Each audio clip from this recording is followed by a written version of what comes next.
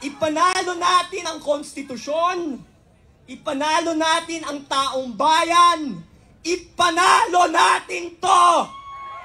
Nakakatawa kasi tanong sila ng tanong tungkol sa constitutionality pero yung act mismo nila kahapon ay unconstitutional. Alright, Reaction TVPS nagbabalik. Reaction. Napakaganda po ng mga pag-uusapan natin yung mga reaction ha. Mantagin po ninyo. Ipanalo natin ito. Mga reaction, bago po natin pag-usapan yan. Sara Cheese 2028. Ayoko.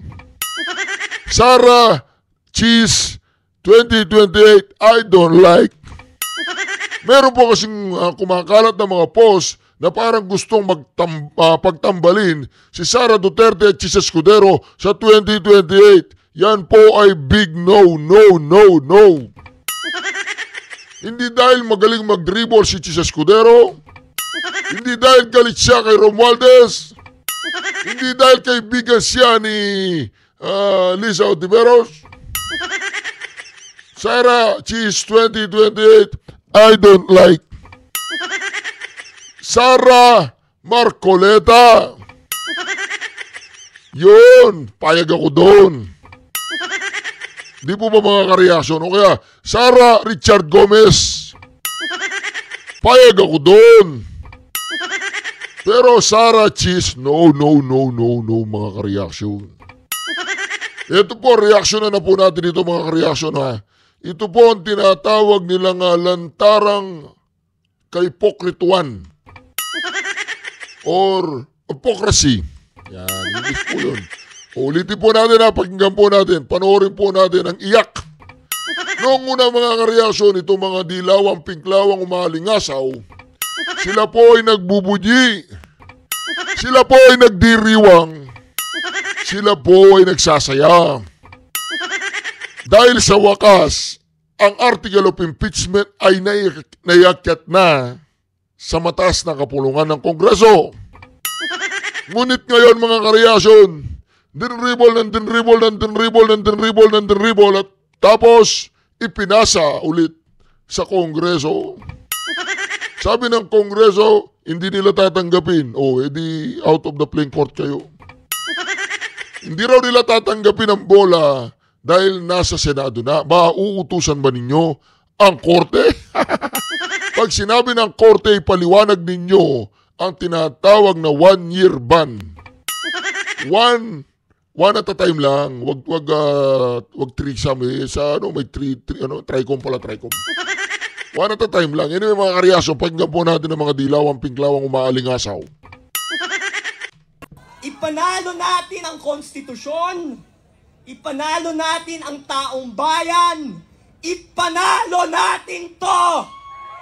Nakakatawa kasi tanong sila ng tanong tungkol sa constitutionality pero yung act mismo nila kahapon ay unconstitutional. So nakakalungkot no sa paghahanap. Sino ka ba? Ano ka ba? Bakit mo sinasabi yan? Dahil ba hindi pumabor sa inyo yung tinatawag nilang privilege speech ni Bato de la Rosa at pag-dismiss sa article of impeachment? Di ba? Pag ayaw ninyo ang nangyayari, labag sa konstitusyon. Pero pag gusto ninyo nangyayari, pabor sa konstitusyon. Di ba ikaw yung tinatawag na advocate ng korupsyon? Di ba tinatanong mo yung PhilHealth, GAA? Nakalimutan nyo yata yung GAA 2025. Nakalimutan nyo yata yung PhilHealth Marglica Fund, mga flood control, yung ayuda dito, ayuda doon. Di ba yun ang sinasabi mo noon? Yung tupad, AIX. Bakit ngayon ayaw yung tanggapin ang desisyon ng Senado na ibalik yung article of impeachment sa Kongreso dahil kulang-kulang?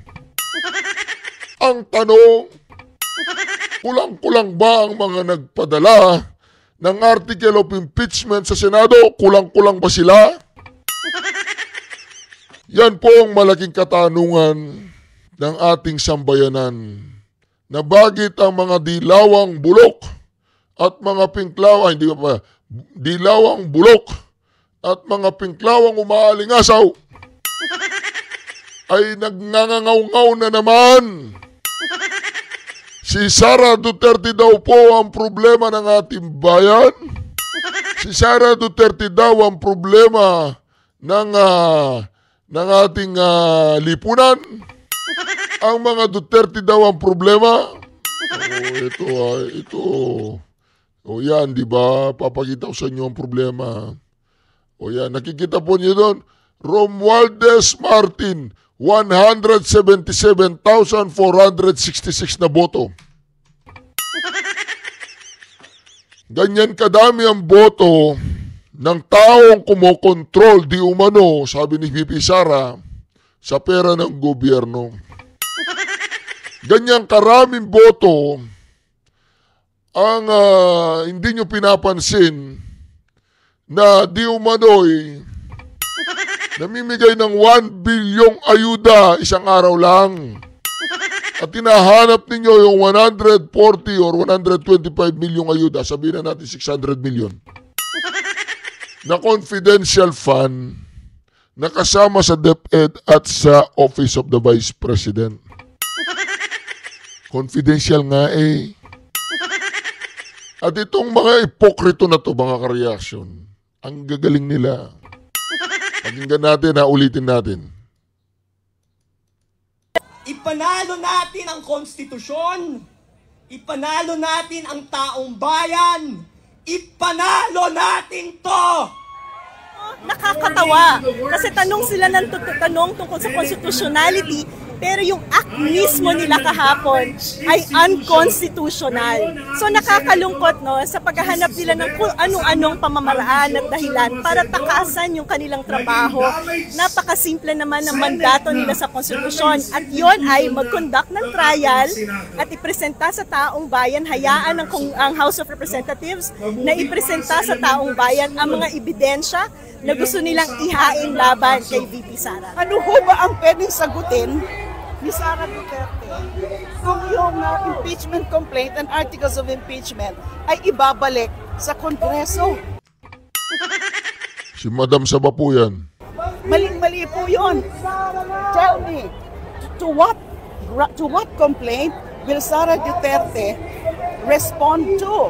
Alam niyo po, sa totoo lang nga nandidiri po ako sa nakikita ko sa ating gobyerno. Unang-una, itong mga nagrarally na yan, mga ka-reaction. Yung mga nagrarally na yan, hindi po Duterte ang administrasyon ngayon. At hindi po si Sara Duterte ang may hawak ng manibela. Ang may hawak po ng manibela ay si Bongbong Marcos. Pero magtataka po kayo, bakit si Sara Duterte ang pinag-iinitan nila? Anong meron? Anong meron sa 2028? Bakit takot na takot kayo kay Sara Duterte? Yun po ang malaking katanungan. Hindi si Sara Duterte ang gumugobyerno sa ating pamahalaan ngayon. Pero bakit, mga ka-reaction, ang Sara Duterte ang gusto nilang pababayin sa pwesto? Naku naman, basang-basa na kayo ng taong bayan. Kaya naman ang inyong kabulukan, ang inyong umaalingasaw na mga prinsipyo at pinaglalaban ay hindi na kinakagat ng taong bayan, mga ka-reaksyon. Mantagin ninyong pinagsasabi ni De Lima dyan. Si De Lima, oy, De Limaw! Junel. Di ba, mga ka-reaksyon, ang kilabot ng mga driver, ay naku po. Di ba, mga ka-reaksyon, ang kilabot ng mga driver? Mga ka-reaksyon, ito po sinasabi natin dyan. Ang problema ba si Sara Duterte o si Martin Romualdez? Ang problema ba si Sara Duterte o si Bongbong Marcos? Ang problema ba ng taong bayan ang droga, ang kahirapan, ang matataas na presyo ng bilihin? O si Sara Duterte? Paki-comment nga po sa comment section, mga ka-reaksyon. Diba? Kayo po, mga ka-reaction, meron pa bang percentage na maniniwala pa kayo sa mga dilawan at mga pinklawang umaalingasaw? Paki-comment nga po sa comment section yan at ating babasahin. Naniniwala pa ba kayo na ang mga nagraraling ito ay may dudulot na kabutihan sa ating bayan? O sila ang tunay na problema ng ating bayan? Sila ang tunay na problema dahil hindi nila kinukundina ang mga nangyayaring rebellion ba yan? Rebellion? Insurhensiya ng mga CPP, NPA, NDF, Terrorist Party of the Philippines. Pero bakit ang mga Duterte ang problema? Natatakot ba sila na ang mga Duterte ay tutugisin ang mga kriminal?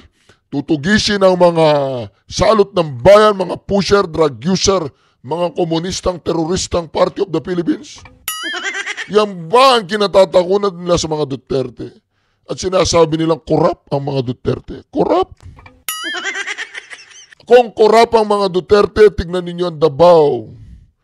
Tignan ninyo ang Davao. Kung ang Davao ay naghihirap ngayon, kung ang Davao, ako mga taga Davao ay galit na galit sa Pangulong Duterte, bakit sila nananalo? Bakit mas pinipili ng mga taga Davao ang mga Duterte kesa sa mga Nograles? Respond doon sa kanyang verified answer. So, ito, isa na naman itong paraan para i-dribble yung impeachment case. Dribble? Hindi na dinribble. Ipinasa na, ibinalik. Ibinalik sa Kongreso, Madam Saba. Na imbis na magtuloy-tuloy na sila, katapos na matanggap nila yung answer, kung sakasakali nga nandyan na, mag-ano na sila, mag-answer na si VP Sara, imbis na mag-set na sila ng first pre-trial and then yung trial na mismo para tanggapin ang ebidensya, ay ito na naman ang ginawa nila. Ginagawa na nila yan, yung mga dribble-dribble na yan, mula pa nung February. Binalik lang naman sa Kongreso, Madam, ba't galit na galit ka? Eh di kung talagang wala naman talagang ginawang katarantaduan ang ang House of the Representatives, eh di sagutin lang naman nila. Pagkatapos nila sagutin, eh di maayos na ang problema. So ano ba? Kasi yung tinatanong po natin ng Senado, lalo na dun sa 18 na bumoto para ipabalik, i-remand yung articles of impeachment. Ano ba talaga ang gusto nyong gawin? Ano ba talaga ang pakay ninyo? Ang pakay nila mga Madam Saba, alam nyo kung anong pakay nila, pakinggan nyo to ha. Pakinggan nyo to. Ito ang sagot ni SP Chis Escudero. Sara Chis 2028, ayoko. Yes, Sally. Binabalik niyo na articles of impeachment. Possible daw ba yung deadlock o wala kayong choice ba? Hindi kami magkapantay pagdating sa bagay na ito. Hindi ito House at Senate kung saan co-equal ang mga ahensyang yan. Sa parte ng impeachment, Korte ang Senado, prosecutor ang Kamara. Wala sa lugar para sa akin ang Kamara na hindi sumunod sa ipinag-uutos ng impeachment court. Hindi ito parang BICAM na kailangan naming mag-agree. Ito'y kautusan galing sa impeachment court na nakatuon sa prosecutor na isa lamang partido sa kaso. Hindi magkapantay ang partido at ang korte. Saan mang kaso, saan mang parte ng mundo. Naintindihan mo yun, Chua? Naintindihan nyo, mga tuwadkom kayo? Baka hindi nyo naintindihan yun. Sagot! Sumagot kayo doon sa demand o request ng Senado na ipinasa sa inyo na unconstitutional. Di ba mga reaksyon? No? Ito naman. Yan po ang tinatawag nilang mga pati ba naman ang impeachment yung mga papel ng impeachment idadaan sa mga paring babayero. Ay, mga paring babayero. Pasensya na po kayo. Paring babayero. Yung kumpare ko kasi babayero eh. Oo, yung kumpare ko, babayero. Hindi lang babayero, yung isang kumpare ko, lalakero. O yung mga pari ninyo, Pader! Ilan yung mga anak natin sa labas, sa loob, sa tagiliran, sa bubong, sa baba. Pader! Diba mga kareasyon, yung mga pari, diba, yung mga drug addict, yung isang pari pala, nagtapat na drug addict. Ayun, pag ganun, tingnan po natin. Diba? Ang akala ko naman, ito pong mga kongresista na to, kongresista, sakristan na pala, yan po sila, nasa tingnan po nyo, mga sakristan na pala. Mantagin ninyo, yan po yung mga pari. Yun, pinabless po nila yung impeachment article of impeachment. Binasbasan ng pari, di ba, para mga tanga. Hindi ko masasabi mga tanga. Dinala nila ang article of impeachment sa isang pari, ayan. Buhat-buhat ni Chua, buhat-buhat nila yung mga article of impeachment at pinabindisyon sa pari, diba, dapat, kaya wala na naniniwala sa mga yan, Yung separation of church and state ay hindi na nagaganap. Mantagin ninyo, mga Marcoses, kalaban nila, mga dilawan, ngayon kakampi pala ni Marcos sa mga dilawan. Mas dilawan pa pala siya sa mga dilawan. Mantagin po ninyo yan, mga kareaksyon. Nakita po ba ninyo yan, mga kareaksyon? Binibindisyonan po nila yung mga, yung mga article of impeachment. Mantagin po ninyo yan, Hindi po ako makapaniwalang ganyan ang ginagawa nila. Di ba mga ka-react? Ito naman pong video na ito, mag-react po tayo. 4 na buwang dinribol para lang... Alam po ninyo na, pakinggan po ninyo to, Pakinggan ninyo, 4 na buwang dinribol para lang ipasa. Nasa Kamara na ulit ang bola. Matapos ibalik ng Senado ang reklamo laban kay VP Sara. Naging mainit ang mga debate bago ito na pagbotohan. Ang ilang eksena, huli sa kamera. Yan ang agenda report ni Dexter Ganibe, live din mula sa Senado. Dexter. Corina, babala. Ang Marites ay nakakasira sa magandang pagkakaibigan. Marites din ang sinasabing dahilan kaya nagkainitan sina Senator Joel Villanueva at Robin Padilla kagabi. Pero bukod dyan sa mga maiinit, matensyon na eksena sa impeachment court, may mga eksena rin na mapapangiti ka na lang. Ito ang eksena kagabi sa gitna ng mainit na debate matapos magmosyon si Senador Bato de la Rosa na ibasura na ang impeachment case ni VP Sara at mag-object si Senador Joel Villanueva. Susugurin na dapat ng tinaguri ang bad boy ng pelikulang Pilipino si Tess Daman na nakaupo sa isang mesa nang mag-suspend ng sesyon. Mabilis pa sa 4:00 ang kanilang mga kasamahan para mag-referee sa muntik ng ikalawang bersyon nang nooy muntikan na ring sagupaan ni na Senador Alan Peter Cayetano at Mig Zubiri. Ayon kay Villanueva, isang Marites ang posibleng dahilan kaya nagalit sa kanya si Binoy. Sinubukan naman nating kunin ang panig ni Padilla pero wala pa itong tugon. Pero sa kanyang talumpati kagabi, inamin ni Binoy na naging mainit ang debate. Alam ko po na napakainit at napakamabigat ang hangin dito sa ating bulwagan. Punong-puno ng tensyon, palaisipan, mga mahal kong kasama sa Senado, unang-una na po ang aking BFF. I love you, pare. Alam kong may kinakaharap tayong seryosong krisis pampolitika. Bago pa man tumayo si Padilla, nakipag-ayos naman agad siya kay Villanueva. Pero hindi naman lahat mainit at seryoso ang sitwasyon sa plenaryo. Nagtrending na rin ang biroan ni na Senate President Pro Tempore Jinggoy Estrada at Nancy Binay matapos nilang magsuot ng kanilang robe bilang Senator Judges. Nagmano kasi si Estrada kay Binay at humalik sa kamay.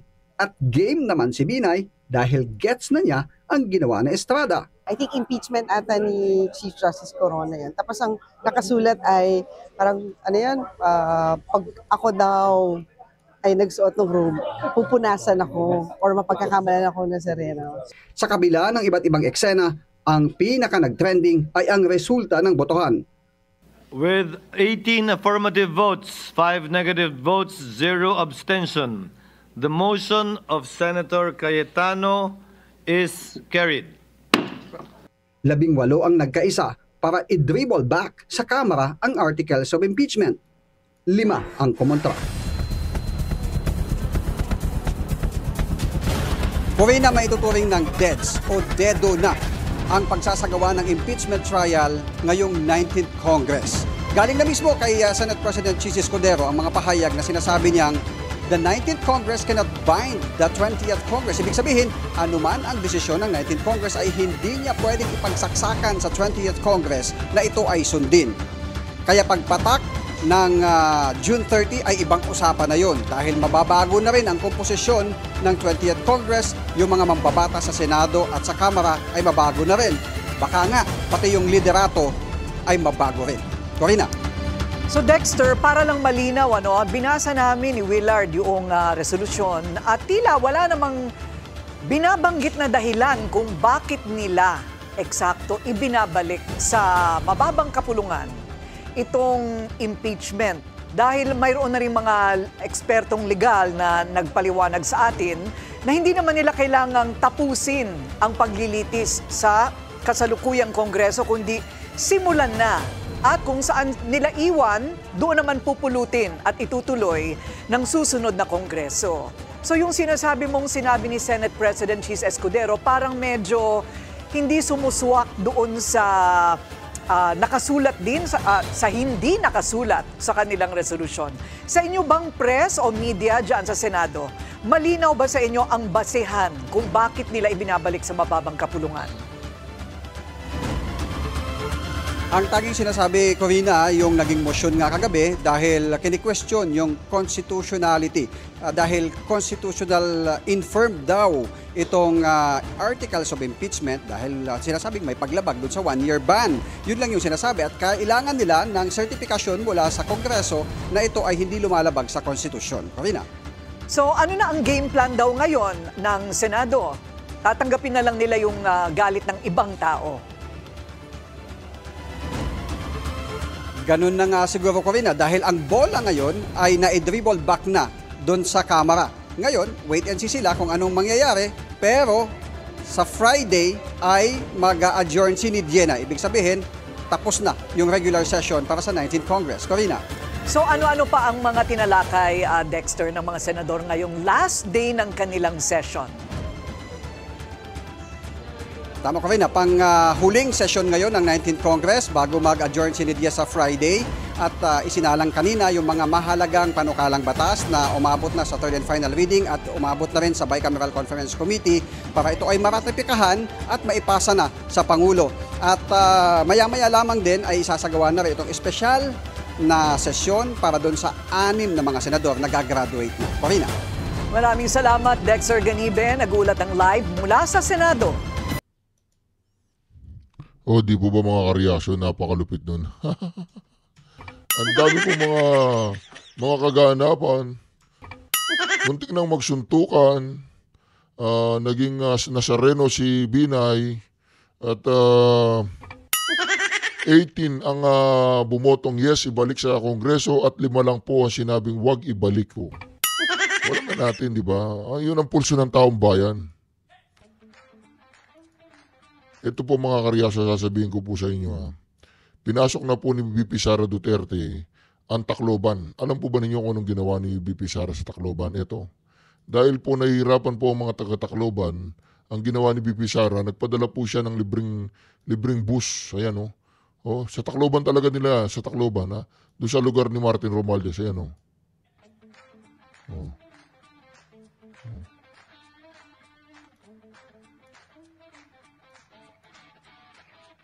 Diba? Ulitin po natin para baka makapiright tayo. Ito ang mga reaction dito natin Naku, ito talagang pinasok na. Yan po ang bus ng Vice President, Office of the Vice President. At dinala po ang bus nila sa Tacloban na yan. Nagpapasalamat ang mga tao dahil may mga libreng sakay. Malaking bagay po yan malaking bagay yung libreng sakay na yan. Ayan Vice President. Ayan Office of the Vice President. Ayan libre sakay di ba? Libre sakay po yan mga kareaksyon. Ayan Di ba, libre sakay. Tacloban route, oh.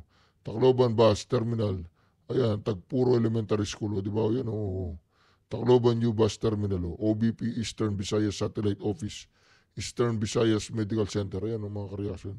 Napakasarap yata ng may libre sakay na ganyan, eh, no? Oh, si Tambaluslos, hindi niya naisip yan, oh. Ito po si Tamba, mga kareaksyon yan. Yan po si Tambaluslos. Pumunta po siya ng Hong Kong. Ni isa wala nagpa-picture sa kanya. Ayan o, kasama nila si Carla Estrada. Yung collab team ko dun sa pelikulang Hawakan Mo, Bitawan Ko. Ayan po, kasama si Mrs. at Carla Estrada. Ang laman ng tiyan. Ang laman ng tiyan. Wala man lang nagpa-picture na kababayan o yan. O yan po ang sikat na si Romualdez na tinaguriang Tambaluslos. Naglakad po sila sa may terminal ng Hong Kong. O pakaway-kaway, o, di ba? Pakaway-kaway. Wala, o. Hindi pinapansin nung may nakatalikod, o, di ba? Alam niyo po ba kung si Sara Duterte yan? Ay, yung mga, wala lang, o, yung mga nakatayo, yan, o, yung mga nakatayo dyan. Kung si Sara Duterte po yan, mga kareaksyon, wala na, tapos na, nagkagulo na. Pinagtibay ng Kamara ang House. Patutunayan ko po sa inyo na isa lang ang balita ng mga channel. Ito po. Pinagtibay ng Kamara ang House Quad Committee Report. O yan. Yun ang isang balita ito. Pinagtibay ng Kamara ang rekomendasyong imbestigahan ang sinasabing joint bank account. Diba? Isa lang ang balita. Pinagtibay ng Kamara ang House Quad Committee Report na nagre-rekomenda ng mas malalim na investigasyon ng Anti-Money Laundering Council sa umano'y joint bank accounts dina Vice President Sara Duterte at dating Pangulong Rodrigo Duterte. Nag-ugat ang investigasyon sa pahayag ni dating Senator Antonio Trillanes na umano'y naglalaman ang account ng mga pondo mula sa drug lord. Alam po ba ninyo, mga kareaksyon, na nakakadiri talaga ang ginagawa ng gobyernong ito? Yung Kongreso, alam po ba ninyo pinagtibay? Alam po ba ninyo kung sino ang nagsabi? Si Trillanes. Yung aso ni Lisa ba yan o aso ni Tamba? Tanong lang. Ayan ang pagkakang po niya. Investigasyon sa pahayag ni dating Senator Antonio Trillanes na Antonio Trillanes talaga, mga kareaksyon. Umano'y naglalaman ang account ng mga pondo mula sa drug lord. Nauna nang sinabi ng pangalawang Pangulo na nagsisinungaling at walang basihan ang pahayag ni Trillanes.